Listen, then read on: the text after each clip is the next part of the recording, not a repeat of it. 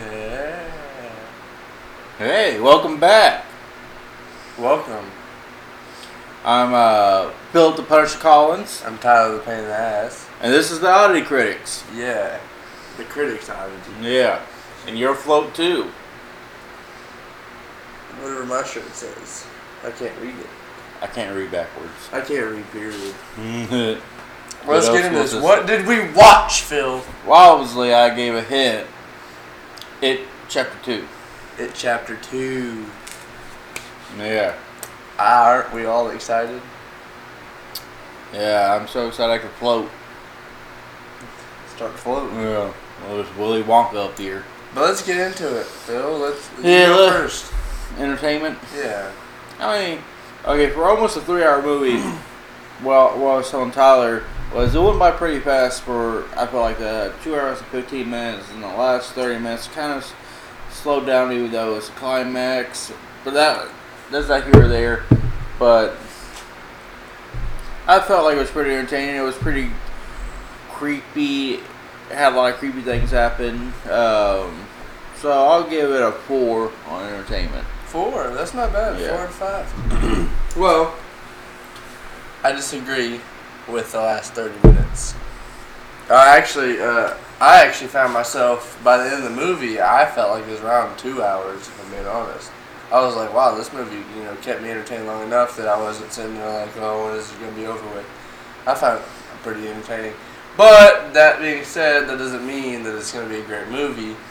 There were some parts that I was kind of a little iffy about, but generally the movie was pretty good. So I'm going to give it also a 4 out of 5.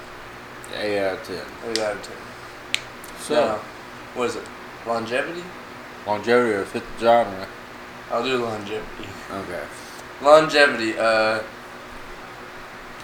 what? 4.5 out of 5. That's all I gotta say. That's all I gotta say. Only reason I'm not giving it a 5 is because in the future, if it doesn't get the longevity, I don't want people looking at me all weird. But honestly, I don't think that's going to be the only time that they look at you weird. that's probably true. Yeah. But no, for real, this movie, I mean, it's It, Chapter 2. It's a big movie. Stephen King movie, of all things. And with how Chapter 1 went and how many people loved it. Which was the number 1 highest grossing horror movie, rated R horror movie of all time. Right. And then with this just being a Chapter 2 and how many people loved the actor for Pennywise and how he did a good job. And I mean, honestly, I would give it a 5 if I didn't feel like, But I'm going to give it a 4.5. I feel like it probably have a longevity just because people, as long as, I don't say I don't want to be kind of like what you're saying, like if it doesn't kind of thing, but as long as there's this series and then the original one, people's always going to be comparing it, and they might even have like movie nights where they watch both of them to see if they like that one or the new one. So I feel like that will be a longevity for it. And it wasn't too bad, so I'm going to give it a 4.25. 4.25 and what, 4.5? 8.75. 8.75. Yeah. Sounds about right. Yeah. Now let's start off this. Does it fit the genre? Well, Does it fit the genre, Phil? being a horror movie, I do say, like, I feel like this one fits the genre a lot more than Chapter 1. Because Chapter 1 wasn't too, like, it was more suspenseful and all that. While this one, they, like, gave no fucks about, and we'll talk about it when we get to the spoiler part, they gave a lot of no fucks, and there was a lot more blood and all that in this one to make it more horror. And some of the imageries and all that, it really helped out. So, I'll give this one another 4. 4. Yeah. Does it fit the genre for me? I think so. I think there's some comedy in this movie, and I think just because there's comedy does not mean it's still not a horror. I think, like you say, there's a good amount of blood, and I think everything fit what a horror movie should be. So I'm gonna give it a 4.75. Damn, another 8.75. 8.75. So, it wasn't too bad. It's a pretty good movie. Well, I wouldn't say that. We didn't judge it on overall story or nothing like that. So we could be lying to the people. We just said it was entertaining and it's going to be around for a while. I mean, that is true, and it is a horror movie. Yeah. But, what time is it, Phil? Oh, my God. It is that time. Can't believe. Wait, hold on. I'm going to do a thing.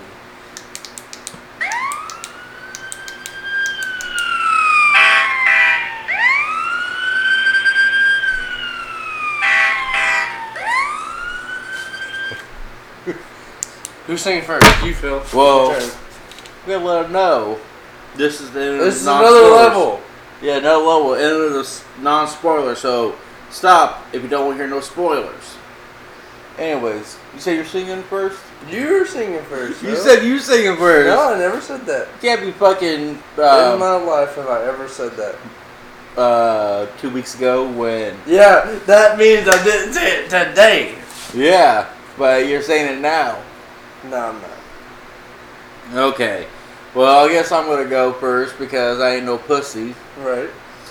But this song, I hope my friend sees this because he put it in my head because he was talking about listening to this song. Right. And he's the Eddie T. Ritchie. Right? No. But he started listening to the song because of this girl. I just think it's funny, so I'm not saying I'm mocking him, but I'm kind of like, just sing the song. yeah. Well, Caesar's broken. I wanted you to know I love the way you laugh. I want to hold you high and steal your pain away. I keep your photograph and I know it serves me well. I want to hold you high and still your pain. 'Cause I'm broken when I'm lonesome. And I don't feel right when you're gone away. You're gone away. You don't feel me here anymore. I like how the thing broke while you were singing. Because I did so fucking good. It's broken. Oh, there it goes. See? I fixed it. I fixed it. Oh, I didn't see nothing. Well, since his song was so long, I'm gonna sing a short part of my song. This is Lonely. I don't even know who the fuck sings this song. Akon? Is it? Well, I'm not singing Akon's part.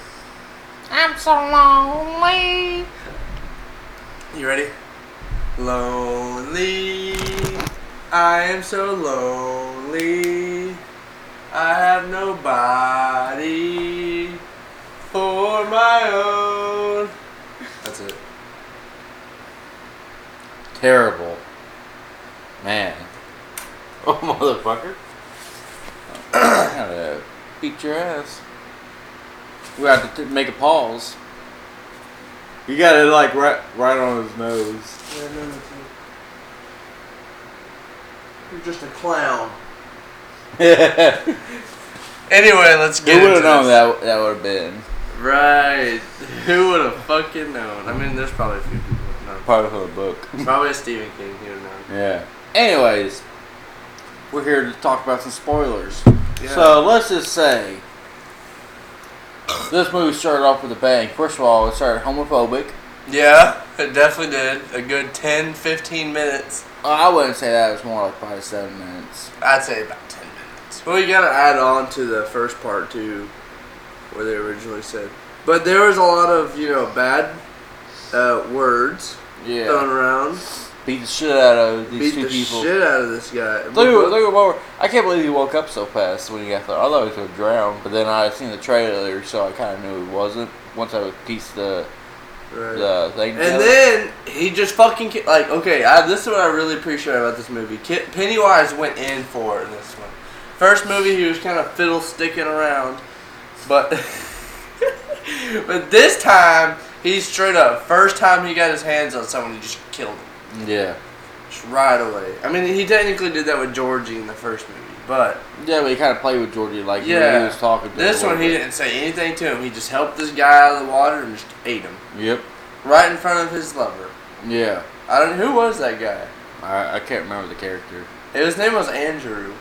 I don't think so. Yeah. Because he said something to Andrew when the other guy did.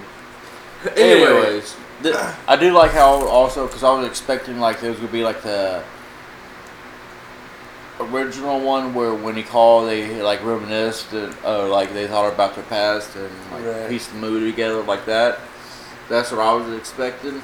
But how fast it was like bam, bam, bam. You know, they got there, and then they went from there. They went to the Chinese restaurant, and that's when And I thought it was crazy, like the whole idea that they don't remember anything. Yeah. But also on top of that, like for some reason, like they all got affected. Like the virus thing. They were talking about how they all got affected, and eventually it's gonna drive them crazy and shit like My that. thing that I'm wondering is that Pennywise, in some certain way, because he really didn't want these kids to come back.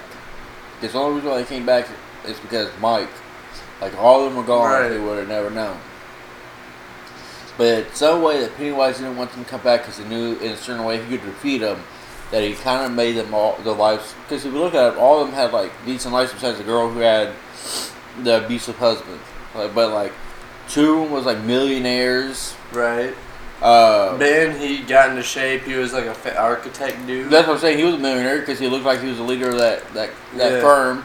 Then you got Richie, and then the other guy who's writing movies. So 3 characters. Stanley. He had he was in a decent marriage. The other guy had a decent car, so he's obviously important. Being Richie. Right. Was being because he was a comedian, wasn't he? And he had a big crowd and stuff. Not Richie, I mean Eddie. Had like he was that risk analyst. Who firm. So since Mike didn't leave, so he had a basic life because he still remembered everything. And then Bev was in that beast, but she married into something rich because she sold the house, and she had all those rows of shoes and all that different clothes. So. That Pennywise somehow didn't want them to come back, and he all kind of made them like, where they were like as far as way from a small town as they could be, like have some money and doing all right. And it's not one was and he was purposely he made them forget probably to purposely not let them come back because he knew that they defeated him once, they might be able to do it again. Mm-hmm. But besides that. Let me tell you, I actually told Tyler while we were getting ready to film, I go, man, Pennywise had like the worst henchman I've ever seen in a movie. Like, I've never seen a henchman fuck up so much to where he didn't change the story of the movie at all. Cause in Except the original, for the cheek thing. Yeah, but in the original one, he stabbed Mike. And he killed his dad. No, I'm saying in the original, 1991, he stabbed Mike the black guy, and he couldn't go and help them defeat Pennywise at the end of the original one. He didn't even do that in this one. Like, he didn't cause anybody to not go and try to defeat Pennywise. Right. So I was like, man, he's kind of useless. Yeah, I mean, it was kind of cool with like how he escaped and stuff, but other than that, it was kind of pointless. Yeah. Like, it was also cool that his like old friend was like the driver still after, Mm-hmm. That was kind of cool. I don't know what people saw when they were driving next to him. Was he driving, or? I mean, no, probably the fucking zombie. Yeah, but did he make him look normal for the people? I don't know.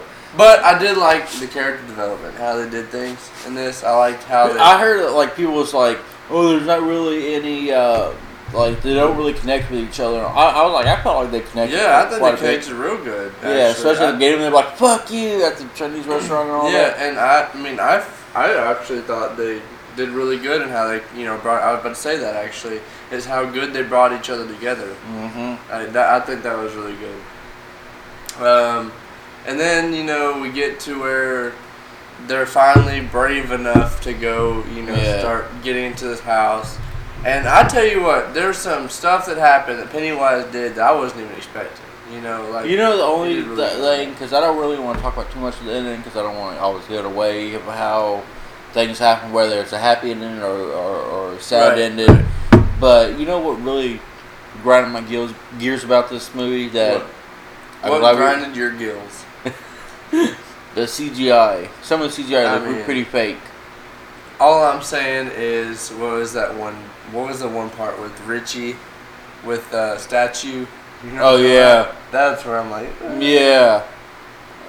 And then even when Pennywise was standing on top of the statue when he was holding the balloons and all that, you can see that he wasn't really up there. Like but that's what or like the fortune cookies that was breaking open. Like you can tell, like but it's like auto-tune to a music. Yeah, you know? But that's really like I would feel like the only thing I kind of had a problem.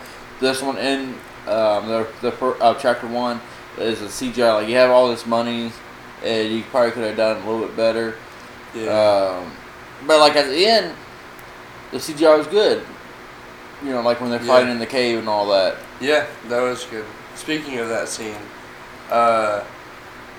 let's talk about how Pennywise couldn't catch these people. I know. He was always like 1 second too late. No, he's massive. They're small, and he's barely able to catch up. He's like a stormtrooper. He can't hit shit. Yep. But I saw him like getting into that. I had to say that part. I mean, I totally agree with you. I'm like, man, he has this long reach, and you can't hit nothing. Like I would feel and like there's multiple people, so it's not like and like, he gets perfectly in the middle of them. Yeah. Right. But movie logic. I do also, because it hasn't been one in a while, Stephen King's cameo in the movie. Yeah, that was cool. $300. You can afford it. You're a writer. You can afford it. You're a writer. Yeah, that's good. But I did like the ending. I think it wasn't bad. There was just one part. It kind of reminded me of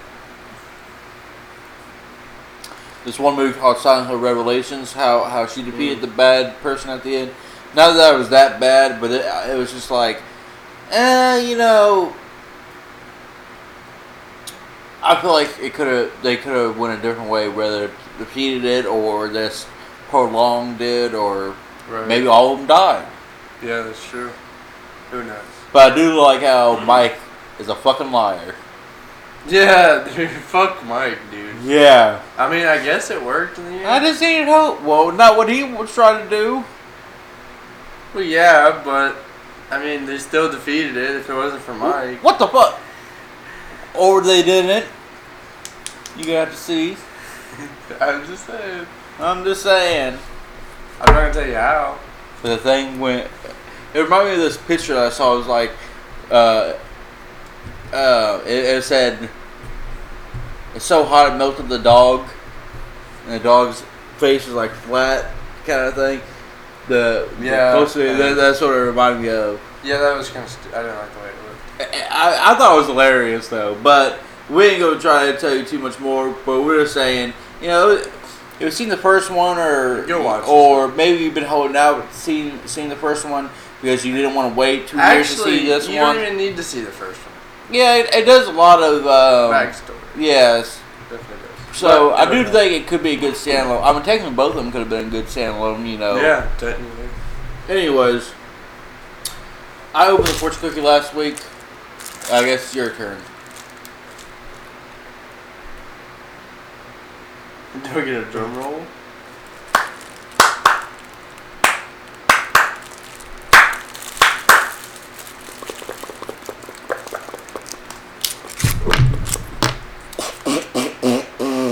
Your charm has not gone unnoticed by the angel. From an angel. What do you think this means, Fred?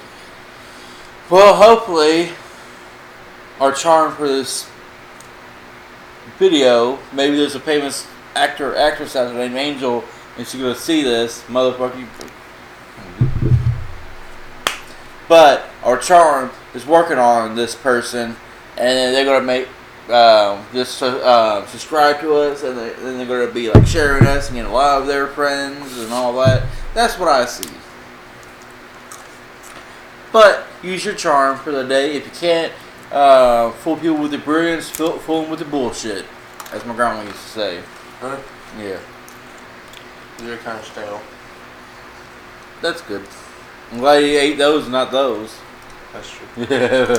Anyways, that's been another episode of the Auto Critic. Stay tuned. Next one's gonna be an independent movie. I'm good.